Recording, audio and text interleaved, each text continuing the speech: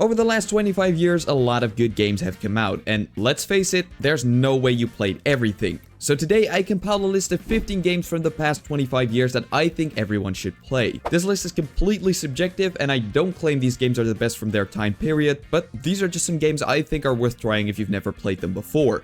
And for good measure, they're in no particular order. So with that out of the way, let's get right into it.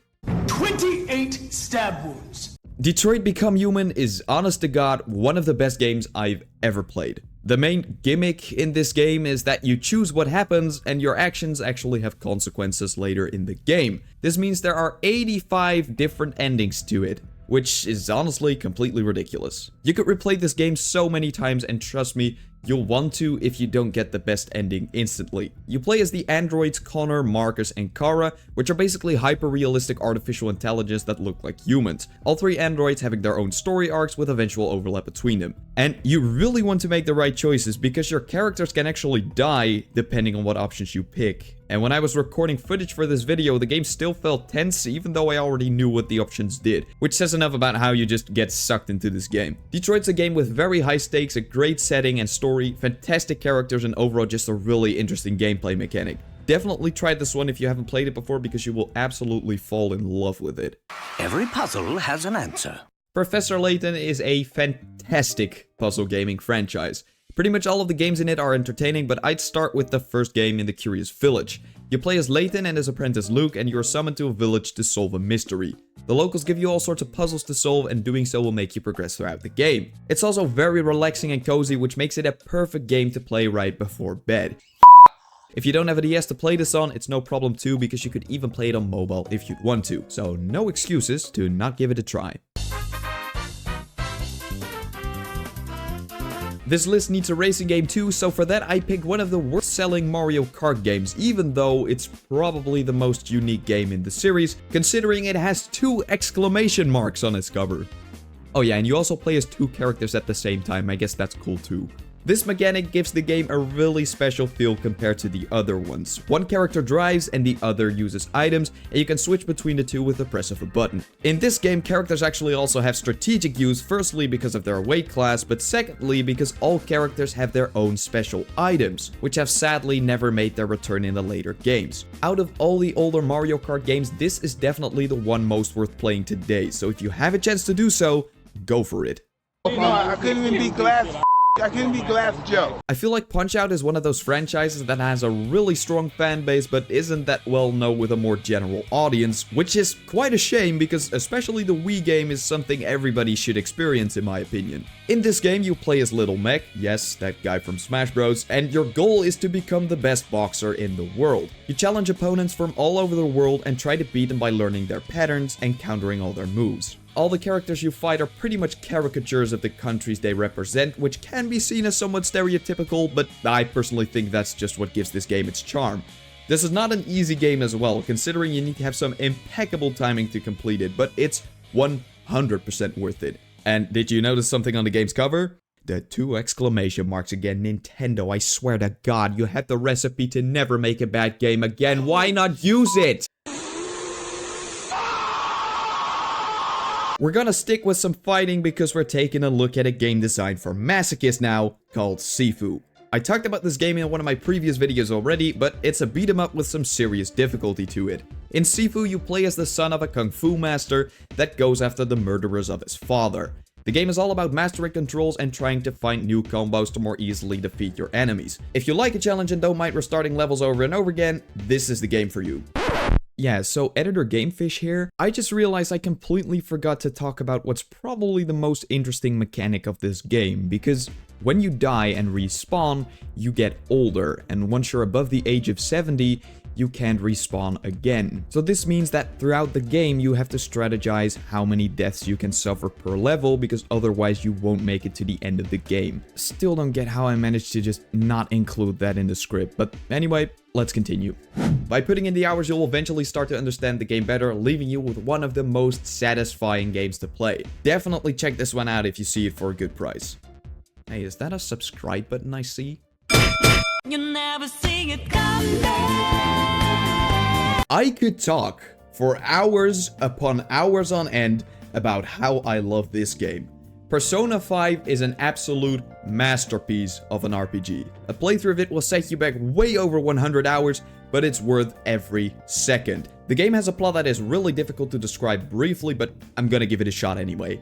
So, you play as this group of Japanese high schoolers that have received the power to change people's hearts by defeating the cognitive self of a person with distorted desires. That may sound really weird, and well, it is, but it makes for such a good story. The voice acting in this game is incredible too, which results in falling in love with the characters the second you meet them. Honestly, this game really deserves a video dedicated to it, but man, I urge everyone who wants to play a JRPG and hasn't played Persona 5 yet to go and give it a try. It might be a big step immediately dedicating 100+ hours to an RPG with turn-based combat though, so for those that want to play something a little closer to home, my love for Final Fantasy VII Remake is indescribable. Once again, the characters take the spotlight. It's pretty much impossible to not fall in love with them. And the story with them is just amazing as well. You follow Cloud Strife, who is an ex-soldier trying to leave his questionable past behind. You join a group of activists called Avalanche, and the story that follows is just fucking amazing. The battle controls in this game are also some of the finest I've ever used, and the style of combat is recognizable, yet refreshing. And finally, the environments are straight up peak in this game. The setting of this dystopian, futuristic steampunk universe just works ridiculously well. Summarized, this game is great for hardened RPG veterans, as well as newcomers to the genre, and it's just all around amazing. A perfect remake, one could say. What's a list like this without a horror game? Because, well, Luigi's Mansion is definitely that. Did you know Luigi's shadow seems to be hanging in certain frames? All jokes aside, Luigi's Mansion is a very charming, spooky game that offers some unique gameplay. All you do in this game is move through a haunted mansion and try to suck up all the ghosts you encounter. Other aspects of this game are just solving puzzles and finding ingenious ways to defeat the different ghost bosses. The atmosphere is definitely what really shines in this game. Whether it's the music, the art style, or just the idea of walking through a haunted mansion as Luigi, everything in this game is aimed at giving you one of the most charming gaming experiences you'll ever have. And speaking of charming... Relation shit! As in shit, like caca! My god, this game is good. If you're looking for a co-op game to play with a friend, look no further because this is all you're going to need. This game is charming, controls incredibly well, has some of the best co-op puzzles I've ever seen, is funny, and has fantastic environments and pretty much all the different styles of gameplay you'd want. Though the game is mostly a puzzle platformer, it has tons of different sections where you're just playing something completely different, like a dungeon crawler or maybe even a fighting game. Being tiny in a regular world also makes for some incredible level design, and on top of that, this game even has some pretty brutal and cruel moments, which makes this game an absolute roller coaster to play because those moments are very unexpected. I just finished playing this game with a friend and man, the ending is so good as well. Grab a friend right now if you haven't tried this one because you are in for a treat. Where's the lamb sauce? Okay. I may have lied about It Takes Two being the only co-op game you need, because Overcooked is also a must for a fun gaming night, and you can actually play this with up to 4 people instead of just 2. In this game, all you do is cook meals with your friends. And that's it. The controls are really simple, so you can play this with literally anybody, and it makes for the most chaotic mess you'll ever see playing video games. The story also makes no sense at all, but, well, that's just what makes playing through these games even more fun. Whether you're picking 1 or 2 doesn't really matter all too much in my opinion, because both are great. I'd say the first game is a little more charming, and the second game is just a lot more polished, so pick whichever one you like, and enjoy the chaos. Hello there. So I also had to put something in there for all you FPS lovers out there, but I didn't want to be boring, so I picked my personal favorite FPS game, Star Wars Battlefront from 2015. Why is this my favorite shooter? 1. I like Star Wars. 2. This game looks very impressive for the time it came out. 3. It has the most fun survival mode I ever played. If you're a hardened Star Wars fan, you're probably gonna have more fun with Battlefront 2, but if you just want a really fun shooter, then Battlefront 1 is for you. It doesn't really have a campaign, and the online is pretty much dead, but there's still active communities you could join, and the survival mode to me makes up for the lack of a campaign. Some of my favorite gaming memories are from playing this mode with friends, and I'm sure you'll enjoy it too. If you think you've seen everything when it comes to shooters, play this game, trust me, you're not gonna regret it. Objection! Now time for something that might just be the complete opposite of an FPS game. A visual novel adventure. No, I'm not a weeb. This is a good one, so stick with me here. In this game, you play as Phoenix Wright, who is a beginning attorney trying to make a name for himself. To do so, you take on various cases, gather evidence, and try to defend the innocent in court. Once again, a very charming game with a fun story, great characters, a very interesting idea, and a fantastic soundtrack as well. Everyone should try this one because apart from the DS games, there are also PC remasters that everyone can get on Steam. But Gamefish, everyone and their mothers already played GTA 5. Why would you put that on the list? Yes, that may be true, but I'm convinced that a giant part of the GTA player base has not even touched the story mode yet, while I'd argue that's the best part of the game.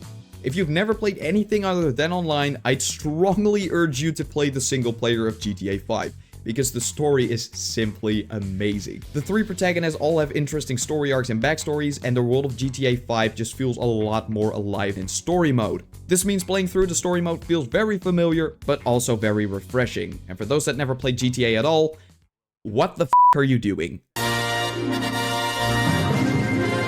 Okay, I couldn't not put a 3D Mario game on the list now, could I? Super Mario Galaxy is probably my favorite 3D platformer in general. Granted, I haven't really played a lot of them, but I did play this one, and boy do I love it. Apart from just great level design and atmosphere, this game has some incredible controls and probably the most unique physics in any 3D platformer.